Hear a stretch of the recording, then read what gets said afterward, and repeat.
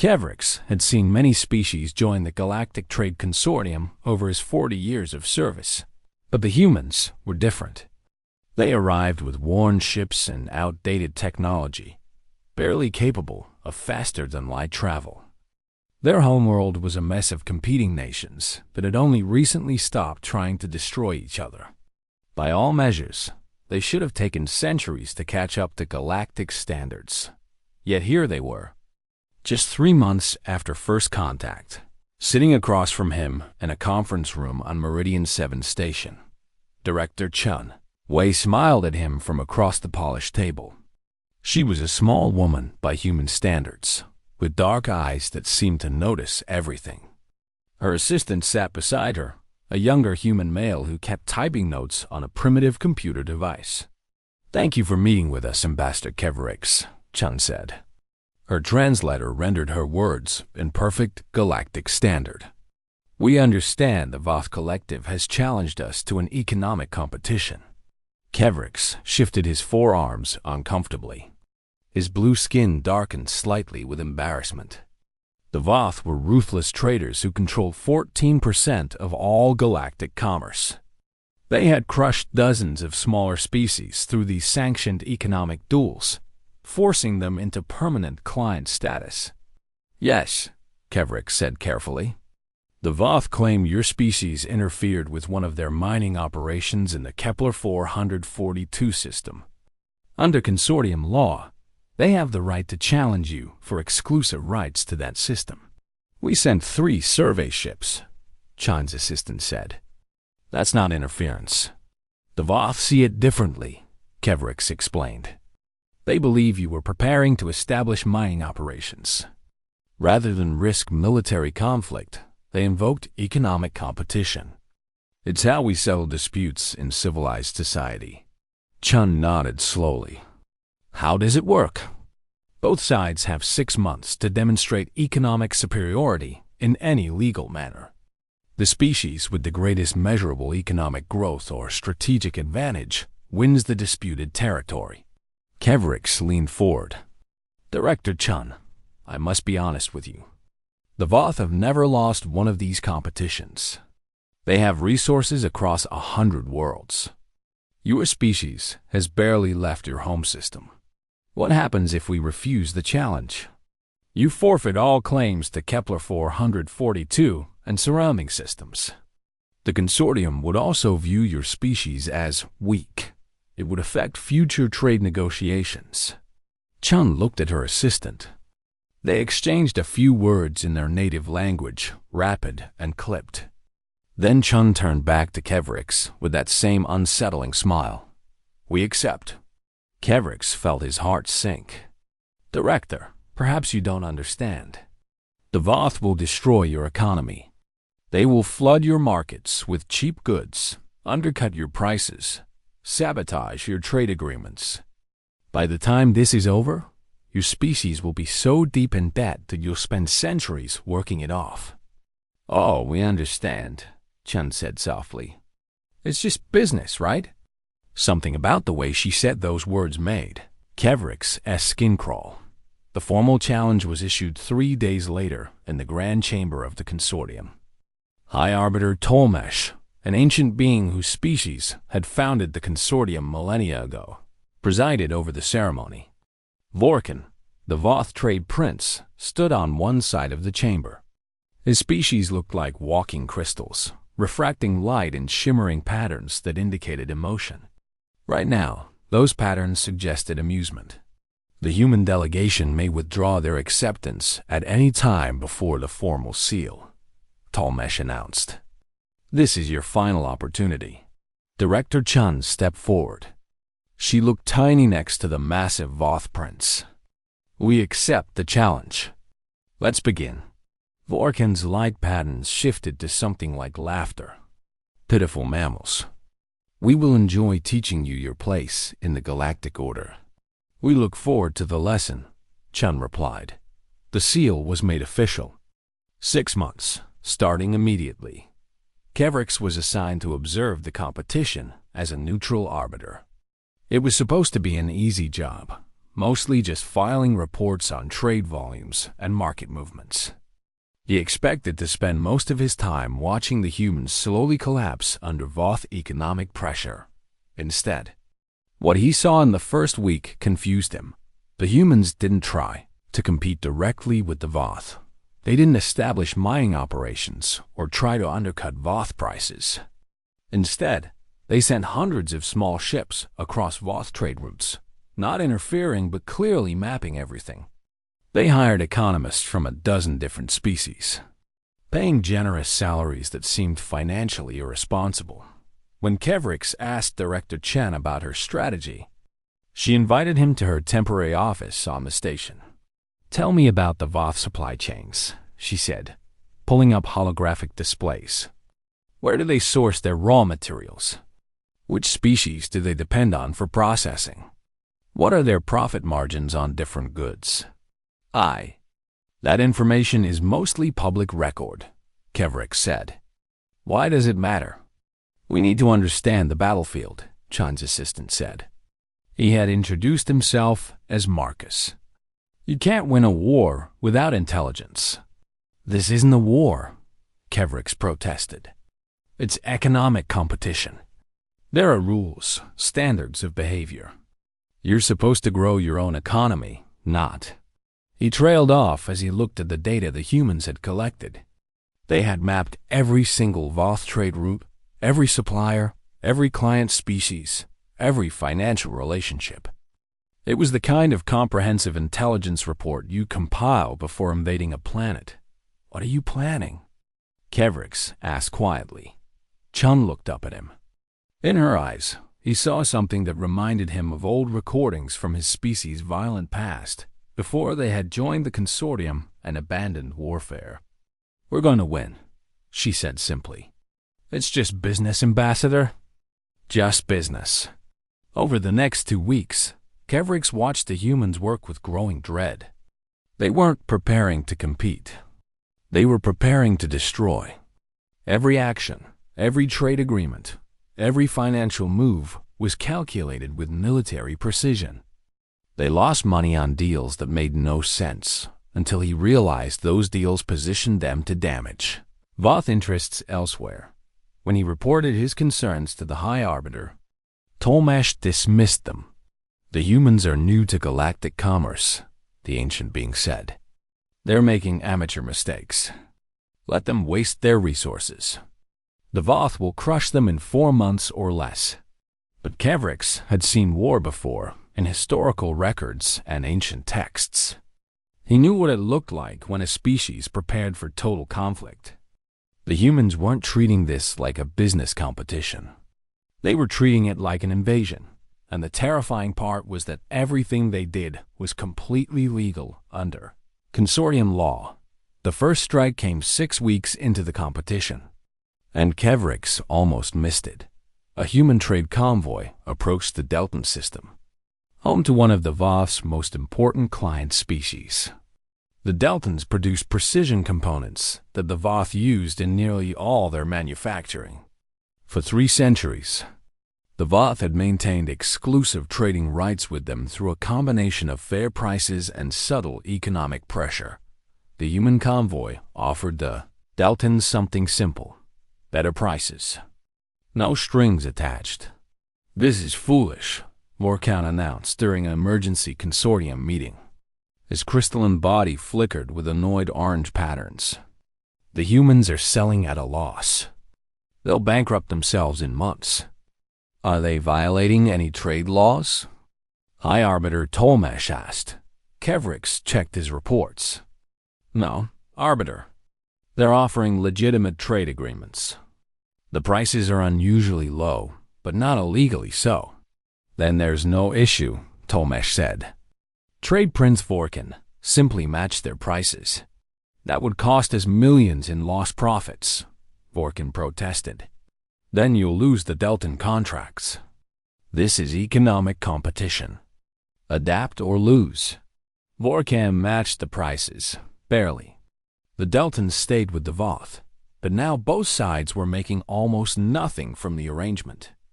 Kevrix filed his report and thought that was the end of it. He was wrong. The humans hit the Voth supply chain in 17 different locations over the next 2 weeks. Every client species, every supplier, every trade partner suddenly received human offers. Not all of them were better deals than the Voth offered, but they were alternatives, and that was enough. For the first time in centuries, Voth trade partners had leverage. They're not trying to win contracts. Kevrix realized during his weekly meeting with Director Chun. You're making the Voth compete for relationships they used to take for granted. Chun sipped something called coffee from a disposable cup. Humans had introduced the beverage to the station, and it was becoming disturbingly popular despite tasting like burned dirt. The Voth built their empire on being the only option, she said. We're changing that, but you're losing money on every deal. Are we competing to make money, Ambassador, or are we competing to win?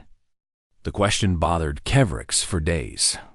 In traditional consortium economic competitions, both sides tried to demonstrate prosperity and growth.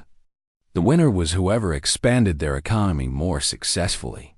Both sides usually ended the competition wealthier than they started. The humans weren't playing that game. 3 months into the competition, Vorkan's crystalline body had turned a permanent shade of angry red. The Voth had lost 8% of their market share. 3 client species had switched to human trade agreements. Dozens more were negotiating with both sides, driving prices down across the sector. They're using something called predatory pricing, one of the consortium economists explained to Kevrix. The economist was a Threne, a species known for their mathematical abilities. The humans sell at a loss to drive out competition, then raise prices later. But that would take years to recover from, Kevrix said. Exactly. It's economically irrational in the short term. But humans apparently think in longer time scales than we realized. Kevrix thought about human history. They'd fought wars that lasted decades, sometimes centuries. They were frighteningly patient when they wanted something. The second phase of the human strategy became clear in month 4. Human corporations started buying Voth assets. Not major holdings, but small subsidiary companies, transport services, and processing facilities. They paid fair prices, sometimes generous ones. The Voth were happy to sell, needing the cash to maintain their shrinking profit margins. Within weeks, key portions of the Voth supply chain were owned by human interests. This is brilliant, Marcus explained to Kevrix during a station-side lunch. The young humans seemed excited, almost giddy. We don't need to beat them in every market. We just need to control the choke points. Choke points? Kevrix asked. Critical infrastructure. The Voth rely on a transport company called Verith Shipping for 40% of their cargo. Humans now own 60% of Verith Shipping. The Voth are literally paying us to move their own goods. Kevrix felt sick. That's predatory. It's just business, Marcus said, echoing his director's favorite phrase. Everything we've done is legal. We're just better at this than they are. Better at what? Destroying your opponents? Marcus looked at him with surprise. Ambassador, what did you think economic competition meant? The question haunted Kevrix. He'd always understood economic competition as a civilized way to resolve disputes. A gentleman's contest where both sides grew and the winner simply grew more. The consortium had used this system for thousands of years to avoid war. The humans had turned it into war by another name. By month 5, the Voth were desperate. They'd lost 16% of their economic power. 4 client species had fully switched to human trade partnerships. The remaining Voth clients were demanding better terms, backed by the implicit threat of going to the humans instead. Worse, human corporations had bought up so many small Voth assets that they effectively controlled portions of the Voth economy itself. The Voth couldn't make major strategic moves without inadvertently benefiting human interests. Vorkan, Requested an emergency meeting with Director Chan. Kevrix attended as the official observer. What do you want? Vorkin asked. His crystalline body flickered with exhausted gray patterns. We'll concede Kepler 442. You've won. We don't want Kepler 442, Chun said calmly. Then what? Money? Trade concessions? Name your price. Chun leaned back in her chair. We want you to understand something, Trade Prince. Your people challenged us because you thought we were weak. You've done this to dozens of species, forcing them into economic servitude. You thought humans would be another easy victory. We made a mistake, Vorkin admitted. Your species is stronger than we believed. You've proven your point.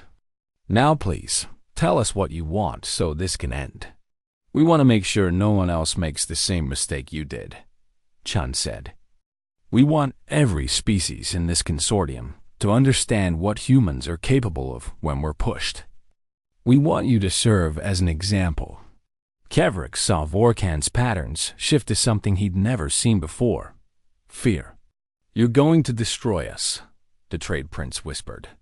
Not in battle, but economically. You'll dismantle everything we've built. We could, Chun agreed.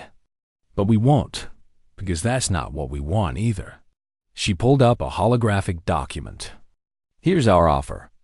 We'll stop our campaign. We'll help you rebuild your market share. We'll even sell back most of the assets we've acquired at fair prices. In exchange, you're going to support a proposal we're bringing to the Consortium Council. What proposal? Vorkin asked suspiciously. Chun smiled. We're going to reform how economic competition works in this consortium. We're going to introduce some human concepts. Fair trade laws. Anti-monopoly regulations. Consumer protections. And most importantly, we're going to make sure that economic competition actually means competition, not bullying weaker species into submission. Kevrix understood then. The mining rights had never been the goal. The entire competition had been a demonstration, a lesson taught in the most brutal way possible. The humans had turned the Voth into an object lesson for the entire galaxy. And if we refuse? Vorkin asked. Then we continue for another month, Chun said simply. And by the end, the Voth Collective will be a footnote in galactic history. Your choice. It's just business. The Voth agreed. They had no other option. The Consortium Council chamber fell silent as Director Chen finished her presentation. 47 species represented, thousands of years of collective civilization, and not one delegate spoke for a full minute. High Arbiter Tolmesh was the first to break the silence. You want to rewrite the fundamental economic laws of the Consortium. We want to update them, Chung corrected politely. Your current system allows powerful species to exploit weaker ones through legal economic warfare. We've just demonstrated how easily that system can be abused. By abusing it yourselves, pointed out Ambassador Thrylis of the Corthian Union. Her tentacles waved in agitation. You've devastated the Voth economy to make a point.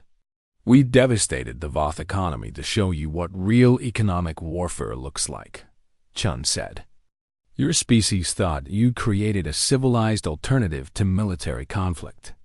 You just created a different kind of violence. We're offering you something better.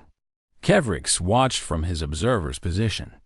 In the 6 months since the competition began, he'd watched the humans systematically dismantle one of the galaxy's most powerful trading empires using nothing but legal commerce.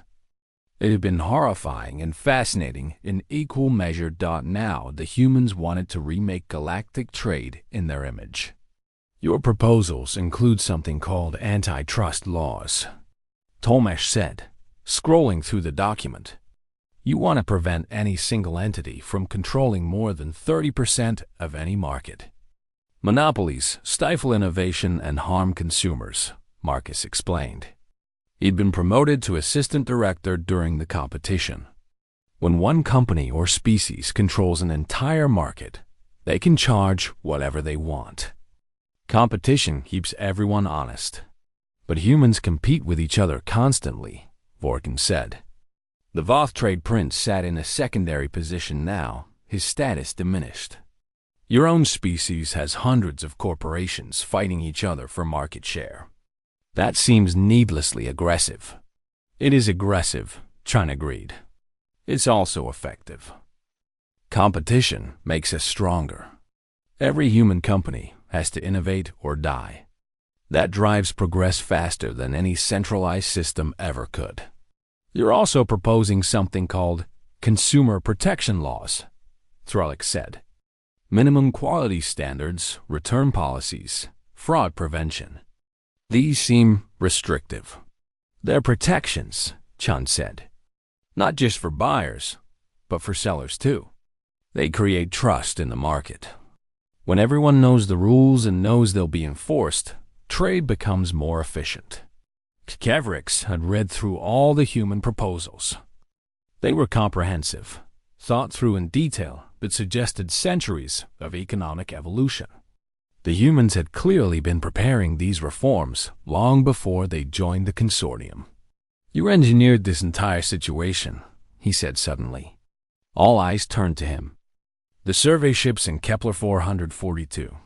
You knew the Voth would challenge you. You wanted them to. Chun met his gaze without flinching. We needed to demonstrate what economic warfare really means. If we just proposed reforms, you would have dismissed us as naive newcomers. Now, you know we understand your system better than you do. That's manipulation, Trellick said. That's strategy, Chun replied. And if you think what we did to the Voth was bad, imagine what a truly hostile species could do. The Voth at least followed consortium laws. They were bullies, but civilized ones. What happens when you encounter a species that doesn't care about your rules? The chamber fell quiet again. It was a valid question. The consortium had been at peace for millennia, protected by their economic competition system. But that system was only as strong as everyone's willingness to follow it. Your reforms include something called venture capital, Tolmesh said. The ability for investors to fund new businesses in exchange for ownership shares. This seems dangerous. What if those businesses fail? Then the investors lose money, Marcus said. That's the risk. But it also means that good ideas can get funding, even if the people who have them are already wealthy. It democratizes innovation. You're also proposing derivative markets, leverage buyouts, and high-frequency trading, Thurelic said, reading from the document. These terms are unfamiliar and complex. They're tools, Chun said. Like any tool, they can be used for good or ill. That's why we're also proposing regulatory agencies to monitor and enforce the rules. The debate continued for hours. The human proposals were radical, transforming the consortium's economic system from a controlled, predictable environment into something much more chaotic and competitive. Many species were terrified of the change, but others saw the opportunity. Ambassador Crix of the Deltan Confederacy spoke up. My people have been under Voth economic control for 3 centuries. Not slavery, exactly, but we had no real alternatives. When the humans offered us a choice, it changed everything. Yes, they were manipulating the situation, but they also gave us freedom we didn't have before. The humans also demonstrated that our current system is vulnerable, added Representative Thorne of the Cerulean Combine. If one upstart species could devastate the Voth this quickly, what's stopping others from trying? At least the human proposals include protections for smaller species. The vote was called 3 days later. The reforms passed with 68% approval. Not unanimous, but more than enough. The humans had won again. Kevrix met with Director Chun one last time before she returned to Earth for consultations. They sat in a station-side cafe, drinking the terrible coffee that had somehow become fashionable. You changed everything, Kevrix said. The consortium will never be the same. Change was necessary, Chun replied. Your system was stable, but stagnant. You'd forgotten how to compete, how to innovate. You'd become comfortable. And humans are never comfortable? Chun smiled. We can't afford to be. On Earth, we have nations competing for resources, cities competing for businesses, companies competing for customers, schools competing for students. Even individuals compete for jobs, mates, and status. It's exhausting, honestly, but it keeps us sharp. That sounds like a terrible way to live, Kevrick said. Sometimes it is, Chun admitted. But it also means we're always improving, always adapting. When we encountered your consortium, we saw a system that had been running the same way for thousands of years. That kind of stability is admirable, but it's also vulnerable to disruption. So you disrupted it. We updated it. There's a difference. Kevrix looked at this small human woman who had reshaped galactic commerce in 6 months. What happens now? Now? Chun set down her coffee cup. Now the real competition begins. Human companies are entering galactic markets. We're going to compete with everyone, including each other. It's going to be chaotic. Some species will thrive in the new environment. Others will struggle.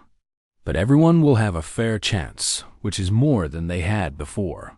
The Voth say you're monsters, Kevrick said. That you fight like demons, even in peacetime. We're not monsters, Chun said gently. We're just humans. We compete because that's how we evolved. We fight because that's what we're good at. But we'd rather fight with money and markets than with weapons and armies. This is us being civilized, Ambassador. This is us at our most peaceful. The thought terrified Kevrix more than anything else he'd heard. If this was humanity at peace, what would they be like at war? One more question, he said. The mining rights in Kepler 442. Are you even going to use them? Chun laughed. Probably not. The system has decent resources, but nothing special. We mostly wanted to establish that we could compete in your territory if we needed to. The rights themselves? She shrugged. We'll probably sell them to the highest bidder. It's just business. Those 3 words again. Kevrix had learned what they really meant. Not a dismissal, but a warning. When humans said, it's just business, they meant they were competing to win at any cost. They meant that nothing personal was involved, which somehow made their ruthlessness more frightening, not less. He watched Chun leave the cafe, already talking on a communication device with someone back on Earth. The humans were just getting started. They'd conquered the consortium's economic system in 6 months. What would they accomplish in 6 years? 6 decades? Kevrix had spent his whole career believing civilization meant moving beyond conflict. The humans had taught him a different lesson. Civilization didn't mean ending competition. It meant channeling it into less lethal forms. The galaxy was about to become a much more competitive place. 6 months after the reforms passed, Kevrix barely recognized the galaxy he'd spent 40 years serving. Human corporations had spread across the consortium like wildfire.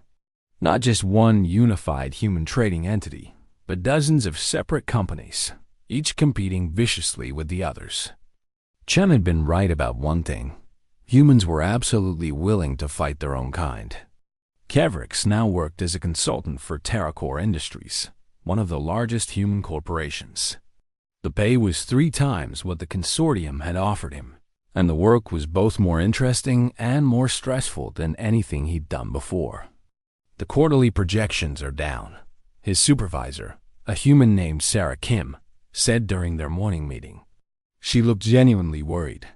We're losing market share to Chun Dynamics in the agricultural sector. Chun Dynamics? Kevrix asked. You mean Director Chun's company?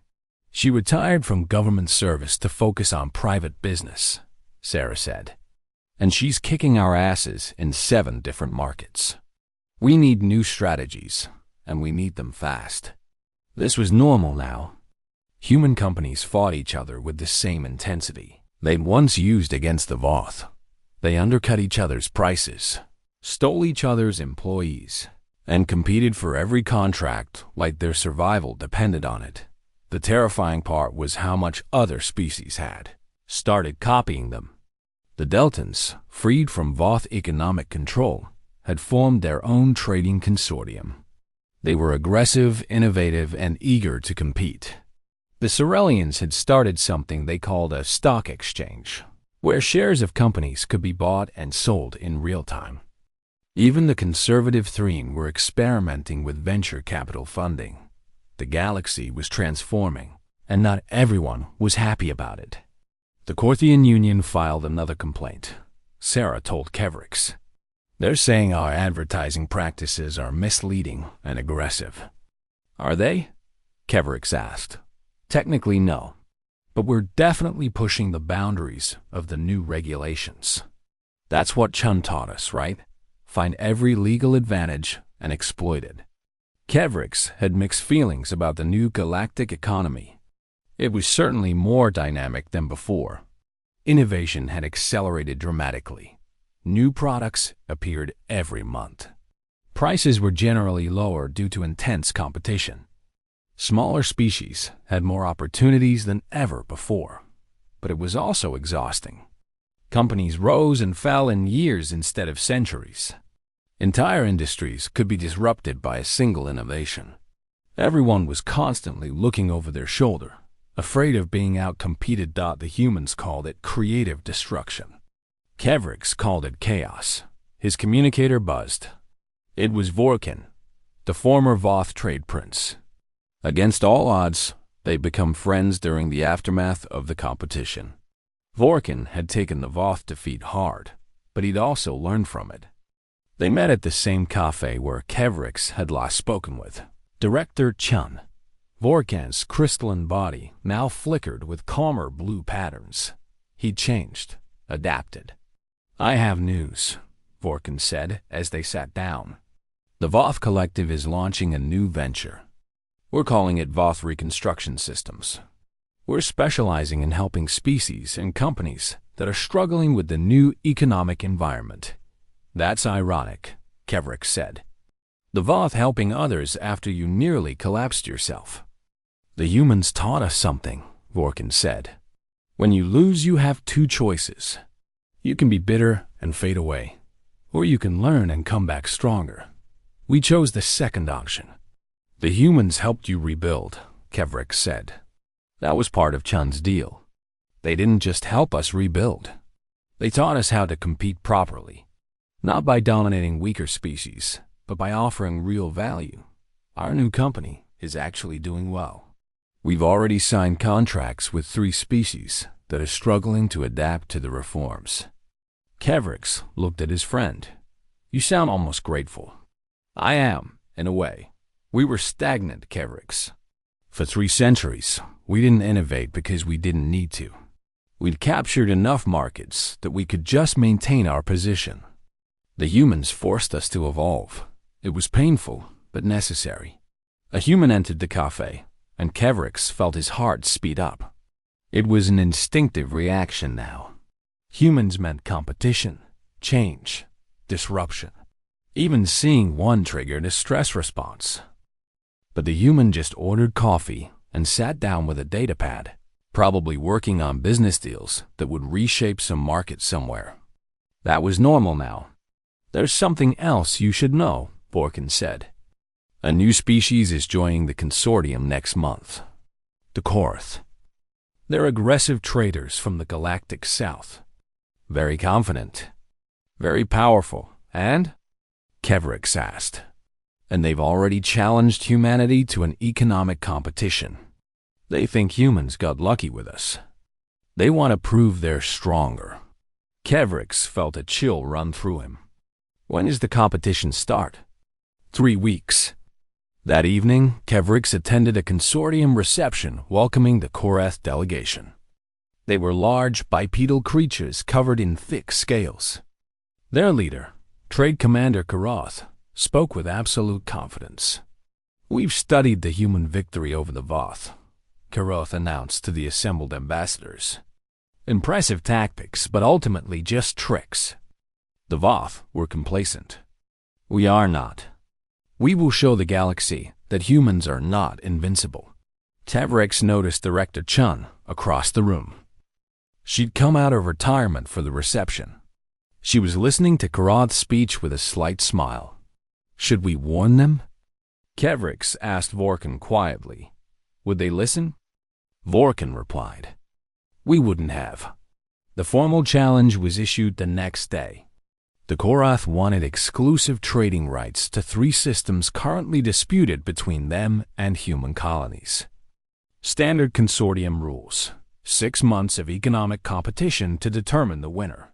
Kevrix was once again assigned as official observer. He requested a meeting with Director Chun before the competition began. You're going to destroy them, aren't you? He asked. Chun sipped her coffee. She'd returned to government service to handle the Korath situation personally. We're going to compete fairly under consortium rules. That's not an answer. Sure it is, Chun said. Look, Ambassador, the Korath are strong. They're smart. They might actually give us a real challenge. But they made the same mistake the Voth did. They think economic competition is a game with gentlemanly rules. They don't understand that we treat every competition like war. Will you at least go easy on them? To show that humans can be merciful? Chun shook her head.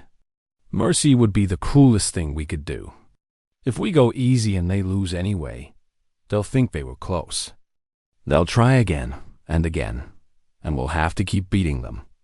Better to make the lesson clear the first time. What lesson? That when humans say, it's just business, we mean it. This isn't personal. We don't hate the Korath. But we will absolutely crush them if they challenge us, because that's what competition means to us. Win or die. Dominate or be dominated. Adapt or go extinct. Kevrix thought about his own species' history. Before joining the consortium, they'd been warriors. They'd fought brutal wars that nearly destroyed their civilization. When they discovered the consortium's peaceful economic competition, they'd thought they'd found a better way. Now he understood. They hadn't eliminated war. They just redefined it. And humans were better at this new kind of war than anyone else. The competition began the next week. Kevrix watched with familiar dread as human corporations mobilized. This time, they didn't even try to hide their tactics. They went straight for the Korath supply chains, just like they'd done to the Voth. But the Korath were ready. They'd studied the previous competition. They had countermeasures. It didn't matter. The humans adapted in real time, shifting strategies faster than the Korath could respond. When the Korath blocked one approach, the humans tried 5 others simultaneously. It was like watching a swarm intelligence at work, dozens of human companies coordinating without any central command. How do they do it? Trade Commander Karoth asked Kevrix in week 3. The Korath were already losing ground. How do they coordinate so perfectly without centralized control? They don't coordinate, Kevrix explained. They all just independently decided that beating you serves their interests. They're competing with each other too, but they'll work together against external threats. It's instinctive for them. That's insane. That's humanity. The competition ended in 4 months instead of 6. The Korath conceded early, unwilling to suffer the complete economic destruction the Voth had endured. They were smart enough to learn from others' mistakes. At the closing ceremony, Trade Commander Karoth approached Chen with what Kevrix now recognized as respect. We underestimated your species, Karoth said. We won't make that mistake again. I hope not, Chen replied. But I also hope you'll stick around. The galaxy needs strong competition. You'll make us better, and we'll make you better. That's how this works. Is that an invitation to trade with humanity? It's an invitation to compete with humanity. Same thing, really. Karoth's scales rippled in what might have been laughter. You're terrifying. You know that. Or efficient, Chung corrected. There's a difference. Kevrix watched the two leaders shake hands, sealing new trade agreements that would benefit both species. This was the new galaxy. Aggressive competition that somehow led to cooperation. Constant conflict that drove mutual prosperity thought it shouldn't work. By every principle of civilized behavior Kevrix had learned in 4 decades of service, it shouldn't work, but it did dot as the reception wound down. Kevrix found himself standing next to Vorkan and Trade Commander Karoth. 3 species that had all been defeated by humanity, now working together in a new economic order. Do you think they planned all this? Karoth asked. The reforms, the competition, the way they've reshaped everything? Probably, Vorkan said. Humans think several moves ahead, but they're also making it up as they go, Kevrix added. They're just very good at adapting to chaos. Probably because they create so much of it themselves.